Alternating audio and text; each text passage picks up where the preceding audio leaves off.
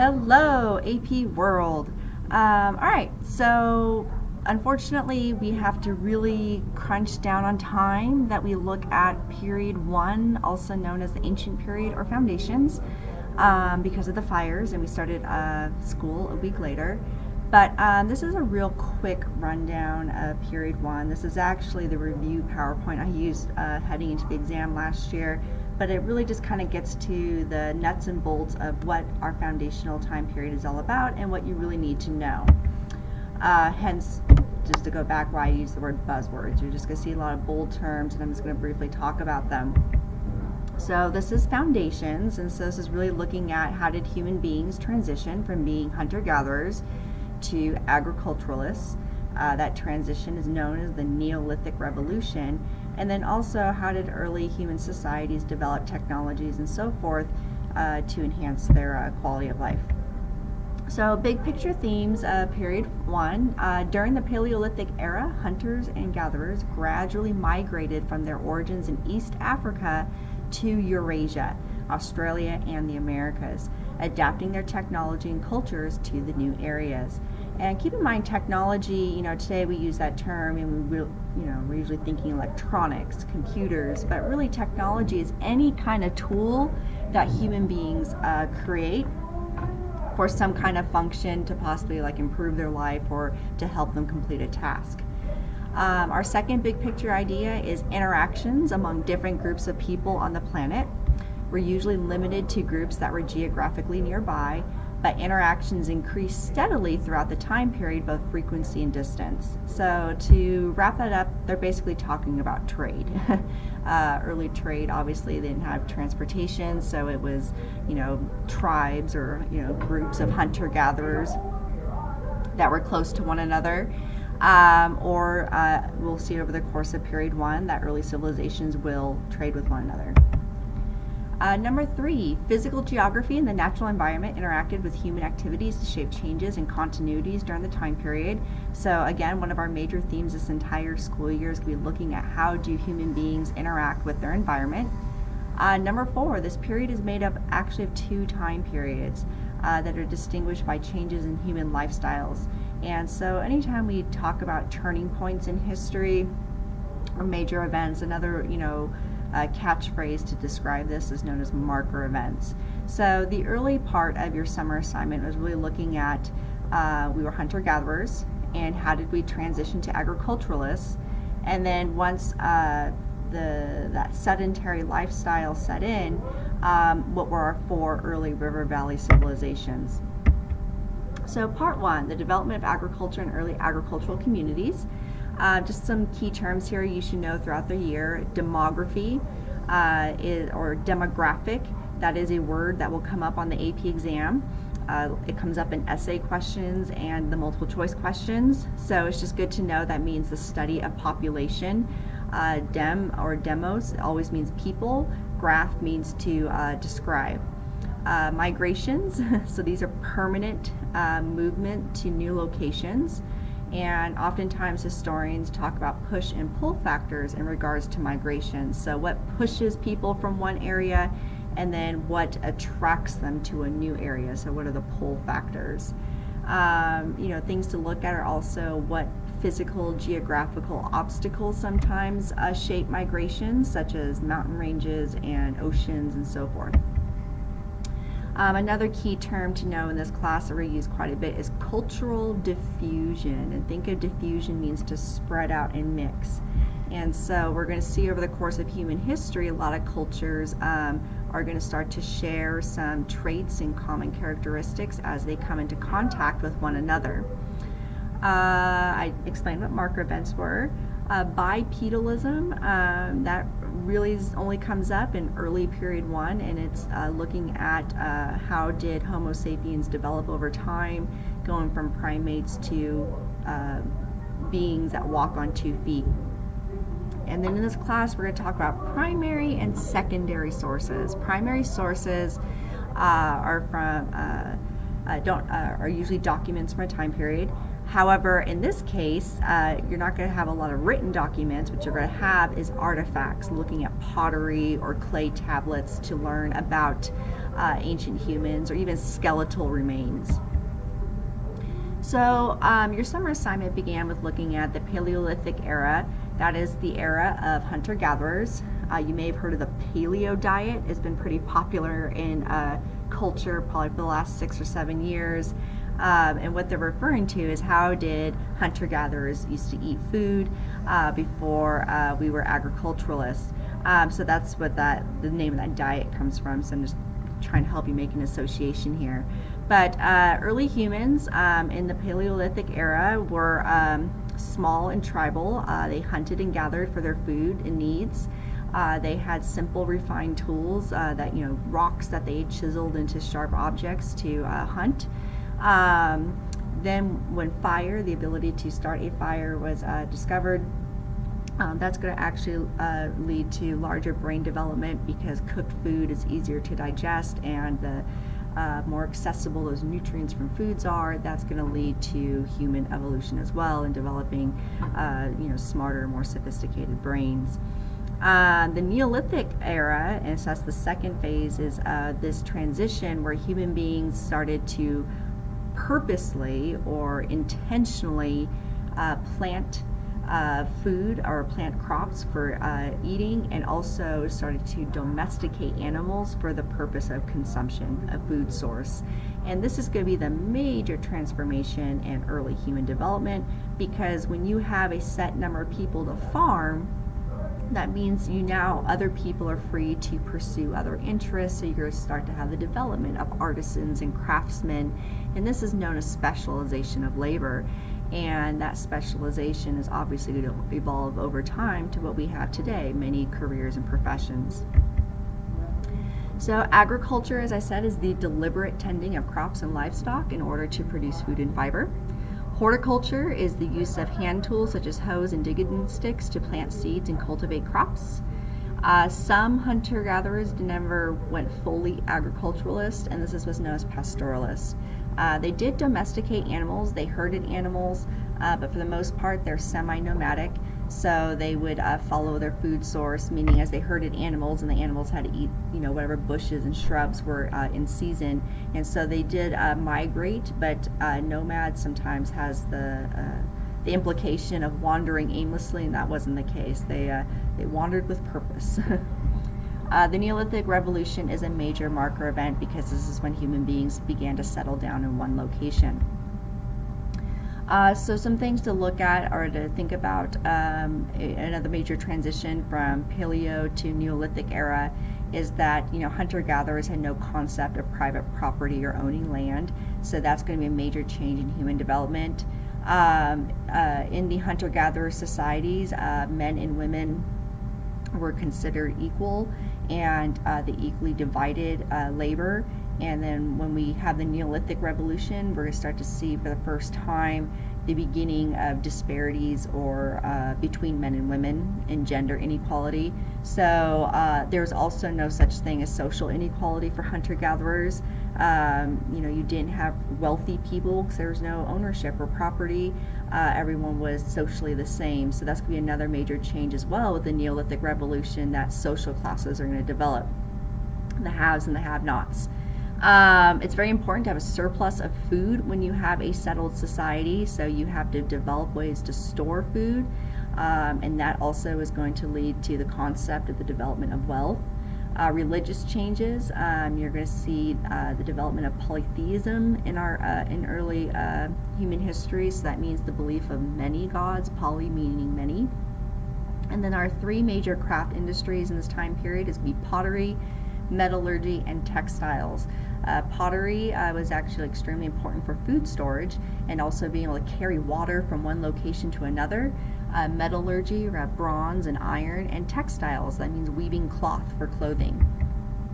And you also see the growth of towns and cities, and these two cities here are two of the earliest known cities that we've been able to discover through archaeological evidence.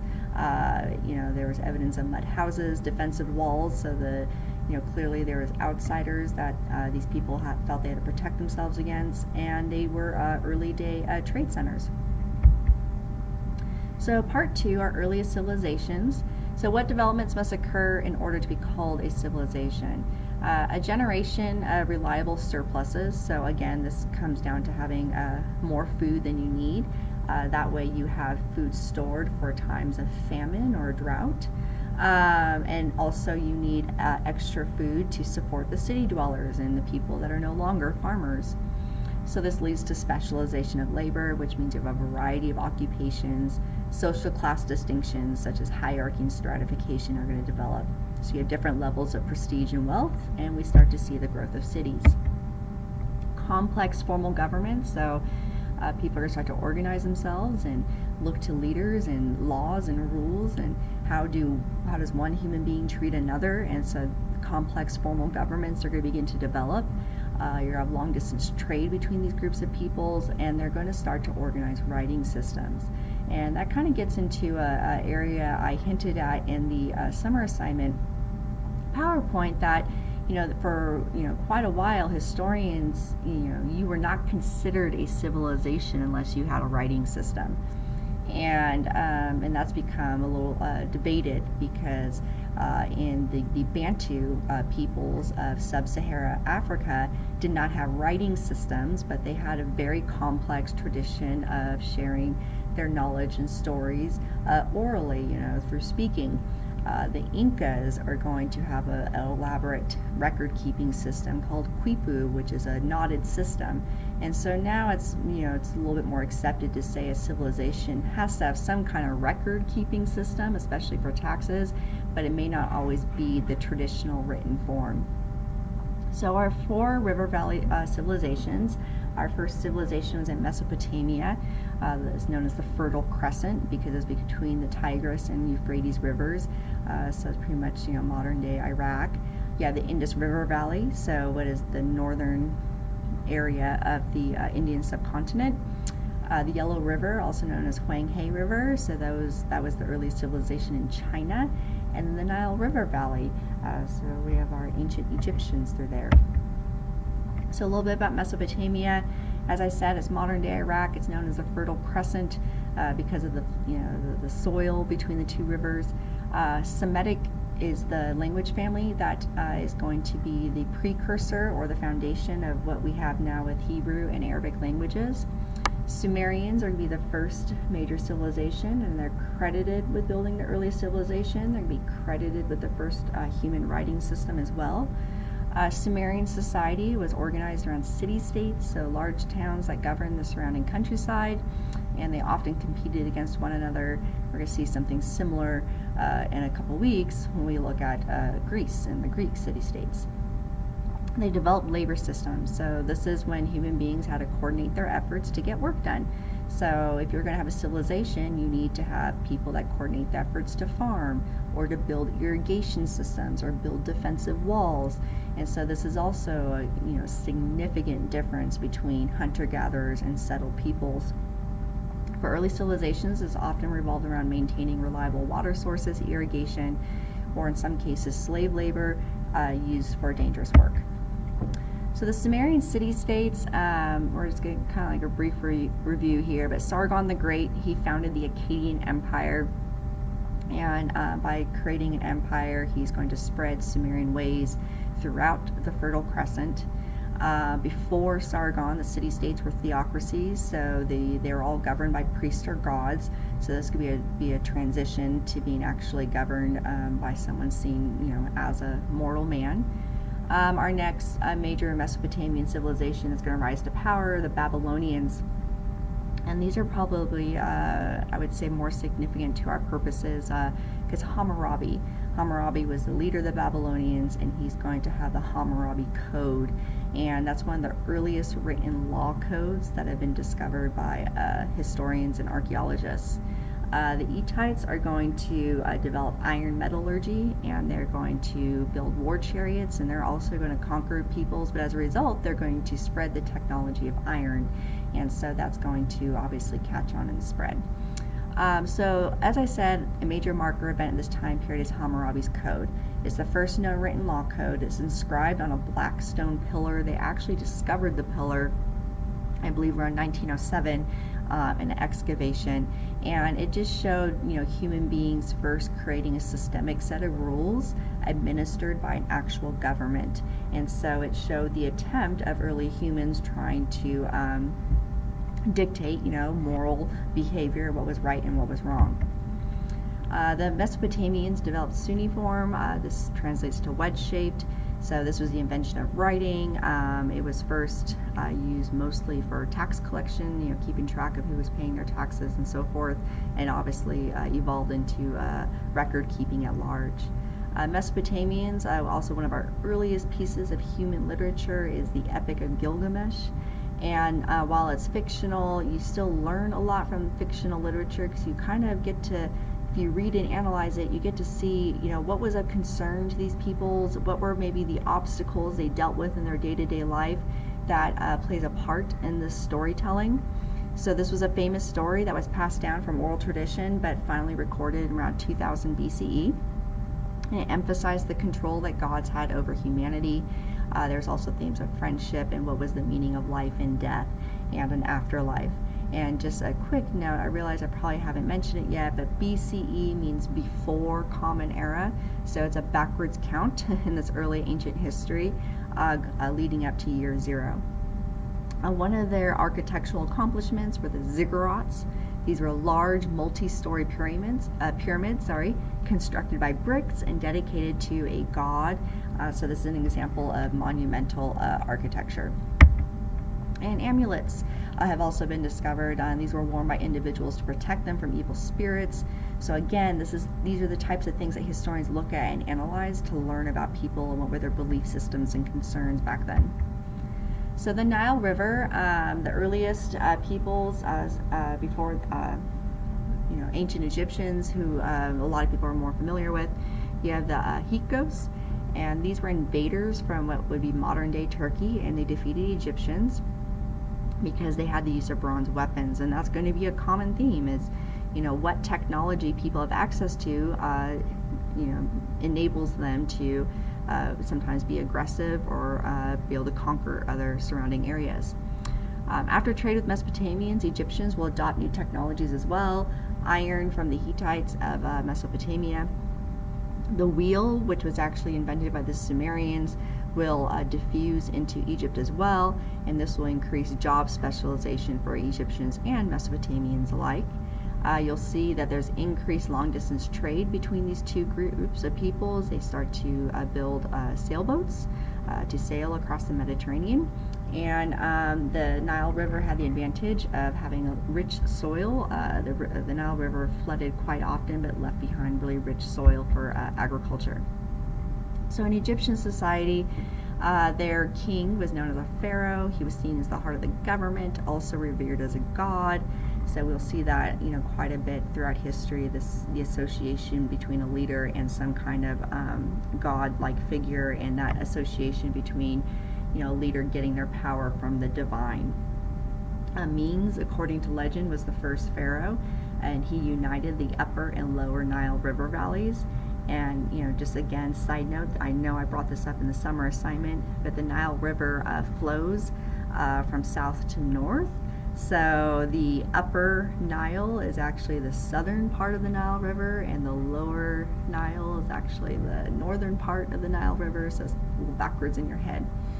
Some of the famous gods, tribe Egyptian polytheistic belief system. You had Horus, the sky god, and then you had Mot. He was to divinely control the order of the universe.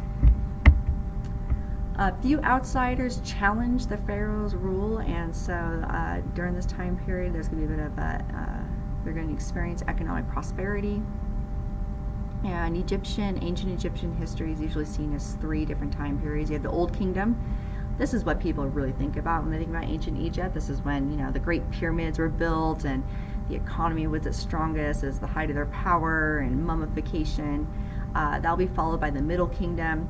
There'll be some period of instability, and it's during this time there's actually more extensive trade with neighbors, but it's not during this time that you see the building of any more pyramids. And then the New Kingdom is going to make their way in, and they'll eventually be suppressed by the Persians and Alexander the Great. So social mobility in Egypt appears to have been possible, meaning if you were born in a lower status, there were ways to become literate, become a government official, and raise or change your social status. It just wasn't frequent. This was very much a patriarchal society, and so that's going to be a common theme across all of our ancient societies, where men will be dominant over women. And then you have a list of the various gods that they worshipped. The Book of the Dead is the most notable piece of literature out of Egypt at this time. It was papyrus texts collected during the New Kingdom, and it had details of funeral rituals for rulers and bureaucrats, and also how to conduct mummification. Mummification actually was not that common, and it was only reserved for the wealthy or leaders. And then their written language was hieroglyphics. So looking at our third river valley civilization, you have the Indus River Valley. This is known as the cradle of civilization. Much about these people remains mysterious due to a lack of written records. Yeah, Mohenjo-Daro was the major city, and people spoke Dravidian. So the Dravidians were the native people in the Indian subcontinent before Aryans arrived later, and we'll talk about that transition a bit more later this week in another video. And monsoon rains have always plagued the Indian subcontinent and the surrounding waters, and what's interesting is when Indians start to develop more long-distance trade, they actually had to develop very specific sailing ships with special triangular sails to navigate those monsoon rains and winds. So this is another example of human-environment interaction, where the weather patterns created a technological advancement for human beings because they had to find a way to work around it. The Aryans will invade through the Hindu Kush Mountains into the Indian subcontinent, and then the Aryans will, for the most part, suppress the native Dravidians, and you'll have the development of the caste system from there.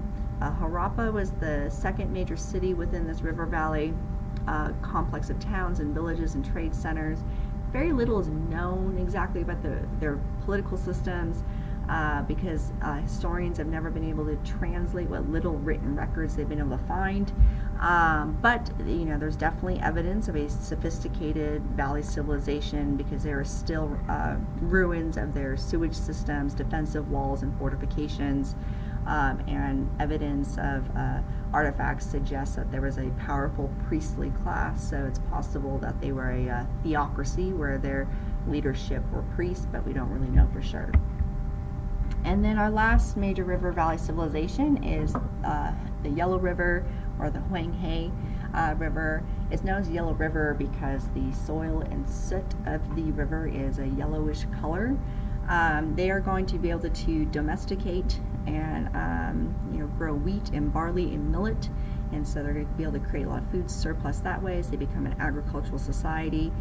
Villages along this river conducted trade with one another. What's interesting is metalworking is going to develop independently in China. So what does that mean? So I mentioned earlier that like the Egyptians learned about iron metallurgy from Mesopotamians, the Hittites. Well, not so much for China. China is going to develop their own set of metallurgy on their own through their not through contact and trade. And so this is what's known as like common phenomena in history. It's interesting that different civilizations seem to go through the same transitions, whether or not they had contact with one another at all. So it's one of those things that historians look at. Loess, that's the yellow soil that I was mentioning from the river valley, and it was very easy to work with digging sticks and to develop their agricultural base. Bronze weapons and tools will be developed in China, and cities there's evidence to show that cities become the center of political control. And so China is going to develop the dynasty system, and this is really notable to talk about because they're going to be ruled by dynasties all the way until the early 1900s, going right up to World War I.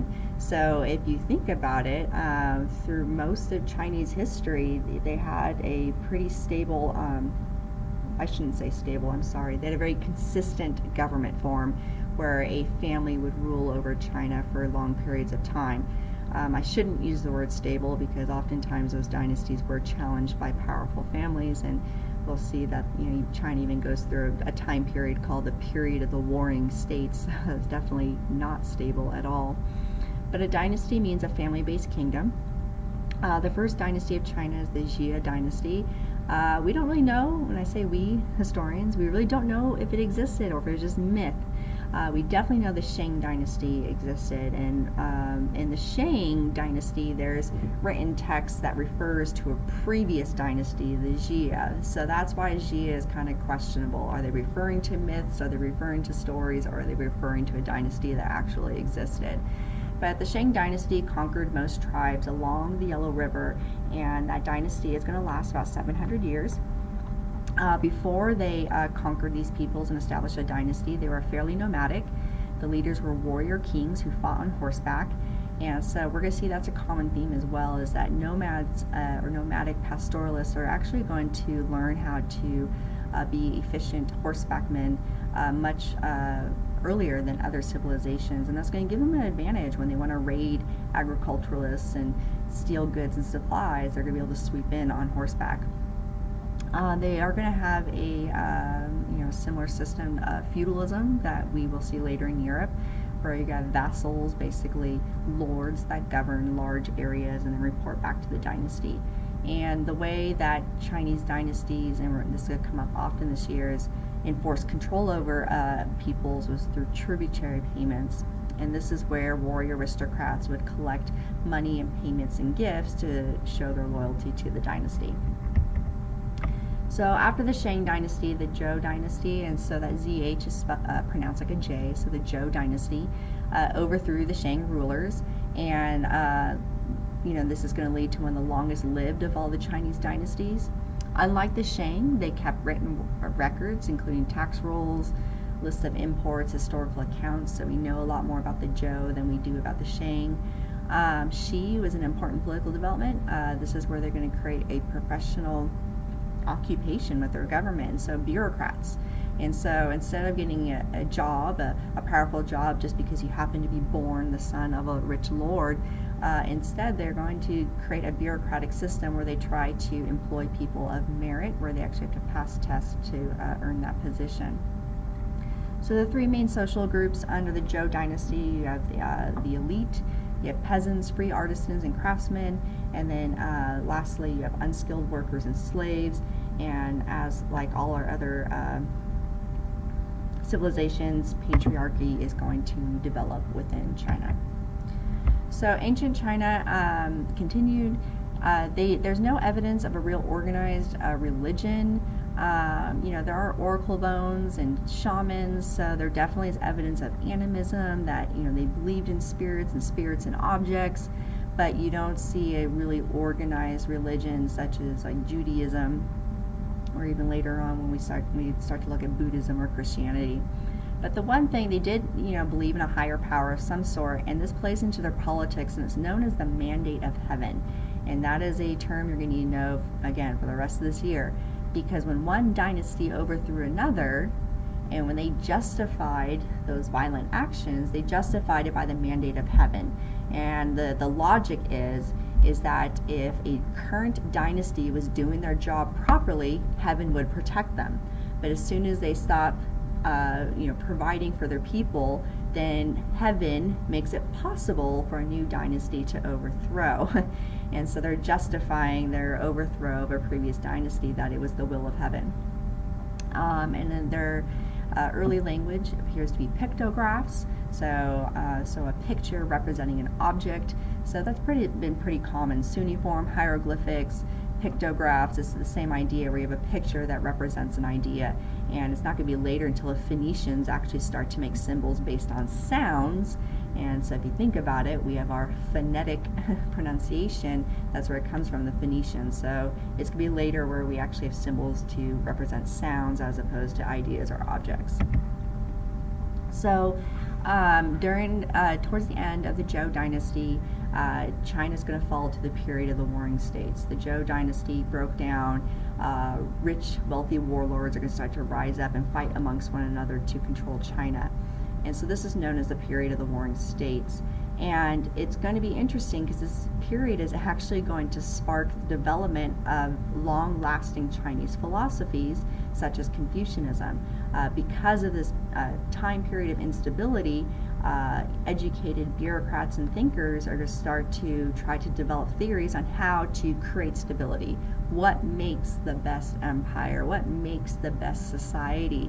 And it's going to be these ideas are going to be because of the period of the Warring States. So Confucianism is going to develop due to this. He was seeking a system to create stability in China, and he's going to develop a system where he believes in instructions on proper manners and behavior. So how do people treat one another, filial piety, extreme respect for your family, reverence for ancestors, and then that translates to government. And so the government's going to expect, just like a child shows complete devotion and obedience to their parent, well, a citizen also should show complete obedience to their government. And so Confucianism is going to really shape Chinese society. Confucius' thought is collected in the Analects. Confucian himself did not record his teachings. It was actually his students that recorded his teachings and put it into the Analects. And there is some overlap between the Analects and the Book of Songs, which is early Chinese poetry. So early civilizations in the Americas, you looked at this in your summer assignment as well. And so you have the Olmec of Mesoamerica, and Olmec, they didn't call themselves that. That's something that historians used to refer to them, known as the rubber people, and that's because the Olmec tribes were embedded in rubber trees. So it comes from the trees that grew around them. This was an agriculturally based society, and cities grew as religious centers. There is evidence of astronomical events being recorded by them, and they looked at these events as significant to human affairs. They also used astronomy to measure growing seasons and develop their agriculture. There is jade, their artwork, there's evidence of jade figurines that they traded and carved out. They were ruled by religious and political elite. They developed a 365-day calendar. This will later, be evolved and perfected by the Mayans. And they had these mysterious giant head sculptures, and I know I included some pictures of that in the summer assignment.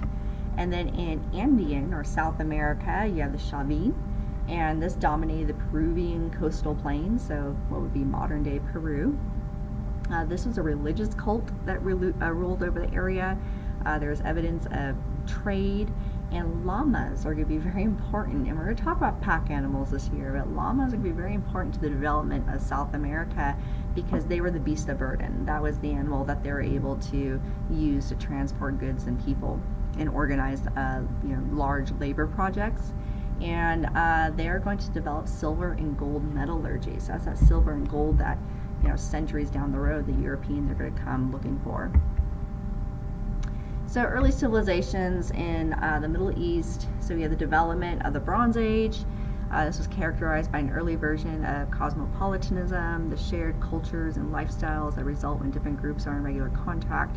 So the Bronze Age is going to be developed by one group, or the bronze metallurgy, and it's going to spread.